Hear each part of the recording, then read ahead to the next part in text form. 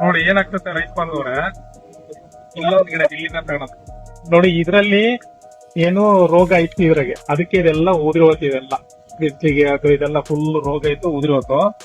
ಇದೇ ರೋಗ ಏನಾಯ್ತು ಅಟ್ ಎ ಟೈಮ್ ಅಲ್ಲಿ ಇದಕ್ ಬಿಟ್ಟಾಗ ನೋಡಿ, ಇದಕ್ಕೂ ಚಲುವಾಗಿ ಇದು ಉದುರುವ ಹಂತದಲ್ಲಿ ಐತಿದೆ. ಮತ್ತೆ ಇದೇ ರೋಗ ನೆಕ್ಸ್ಟ್ ಈ ಕಡೆ ಹೊಂಬಾಳೆಗೂ ಕೂಡ ಆವರಿಸ್ಕೊಳ್ತದೆ. ಇದು ಫ್ರೆಶ್ ಆಗೈತೆ. ಇಲ್ಲಿ ಏನಾಗ್ತದೆ, ಹೆಣ್ಣು ಮತ್ತು ಗಂಡುಗಳು ಹೂಗಳು ಇದ್ರಲ್ಲೇ ಇರ್ತವೆ. ಈ ರೋಗ ತಾಕಿದಾಗ ಏನಾಗ್ತದೆ, ಇಲ್ಲಿ ತುದಿ ಅಂಚಿಂದ ಸುಟ್ಕೊಂತ ಇಲ್ಲಿ ಹಿಂಗ್ ಬರ್ತಾ ಹೋಗ್ತದೆ. ಗಂಡು ಹೂಗಳಿಗೆ ತಾಕ್ಬಿಟ್ಟು ಪರಾಗಸ್ಪರ್ಶ ಆಗ್ದೇನೆ ಹೆಣ್ಣು ಹೂಗಳಿಗೆ ತಾಕ್ತಾ ನೆಕ್ಸ್ಟ್ ಇದಕ್ಕೆಲ್ಲ ಫುಲ್ ರೋಗ ಆವರಿಸ್ಕೊಂಡು ಇದು ಉದುರಿ ಬೀಳ್ತದೆ. ನಾ ಎಲ್ಲಾ ವಿಡಿಯೋದಾಗ ಹೇಳ್ತೀನಿ ಯಾವ ರೋಗ ಅಂತ ಅಂದ್ರೆ ಕೊಲೆಟ್ರಟ್ರೈಕಮ್ ಅಂತಕ್ಕಂಥ ಶಿಲೀಂಧ್ರದಿಂದ ಈ ರೋಗದ ಬಾಧೆ ಇರ್ತದೆ.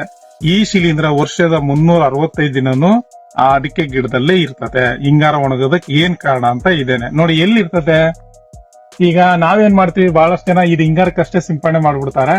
ಅದ್ ಆಕ್ಚುಲಿ ರೋಗ ಆ ಎಲೆಗಳ ಮೇಲೆ ಫುಲ್ ಕಾಣ್ತತೆ ರೋಗ. ಆ ಎಲೆಗಳ ಮೇಲೆಲ್ಲ ಚುಕ್ಕಿ ಕಾಣ್ತಕ್ಕಂಥದ್ದು ಎಲ್ಲದೂ ಕೂಡ ಅದು ರೋಗನೇ. ನೋಡಿ ಎಲ್ಲಿ ಚುಕ್ಕೆ ಅಂದ್ರೆ ಇಲ್ಲೇ ನಾನ್ ನಿಮಗೆ ಕಣ್ಣಿಗೆ ಕಾಣಂಗ್ ಹೇಳ್ತೀನಿ ನೋಡಿ.